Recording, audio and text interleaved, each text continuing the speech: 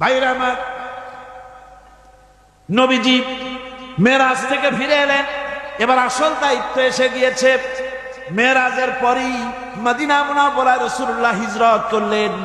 এই হিজরতের পর আল্লাহর নবী মদিনা শরীফে এসে ইসলামী স্টেট কায়েম করে দিলেন। আজ নবী প্রেসিডেন্ট হয়ে গেছেন। জোরে কোন সুবহানাল্লাহ, জোরে সরে বলেন সুবহানাল্লাহ। আমার বন্ধুগণ, নবীজির টুপি সুন্নত। নবীজির টুপিটা মাথায় লাগাই। নবীজি মিষ্টি পছন্দ করতেন, মিষ্টি সুন্নতটা পছন্দ করি। নবীজি কদু খাইতেন, কদু খাওয়া সুন্নতটা পছন্দ করি। নবীজি চোখে সুরমা লাগাতেন, সুরমা লাগানোর সুন্নত পছন্দ করি। কিন্তু নবীজি রাষ্ট্র দখল করে প্রেসিডেন্ট হয়েছিলেন, আর আল্লাহর দ্বীন কায়েমের জন্য তায়েফে যে রক্ত দিয়েছিলেন সেটাও যে সুন্নত। আবার ওহদে যে দামদার মোবারক শহীদ হয়েছিল সেটাও যে সুন্নত। মা বাপের জায়গা জমি ঘর বাড়ি ছেড়ে দিয়ে হিজরত করেছিলেন। এই সুন্নত বড় কঠিন। এই কঠিন সুন্নতের কাছে মুসলমানের পাওয়া যায় না, ঠিক কিনা?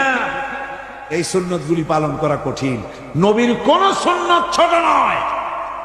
নবীর কোন সুন্নত ছোট? মিয়া সাহেব মনে রাখেন, গোটা আকাশ গোটা জমিন যদি বিক্রি করা হয়, রাসূলুল্লাহর একটা সুন্নতের মূল্য দেওয়া যাবে না। আল্লাহু আকবার। রাসূলের সুন্নতের এত মর্যাদা। সুতরাং রাসূলুল্লাহ আল্লাহর নবী পৃথিবীতে এলেন।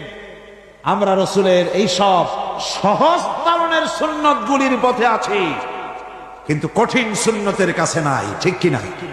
ঠিক কিনা? আমার বন্ধুগণ, নবীজি মদিনায় এলেন। আজ নবীজি প্রেসিডেন্ট। নবীর উপর ঈমান আনার অর্থ কি?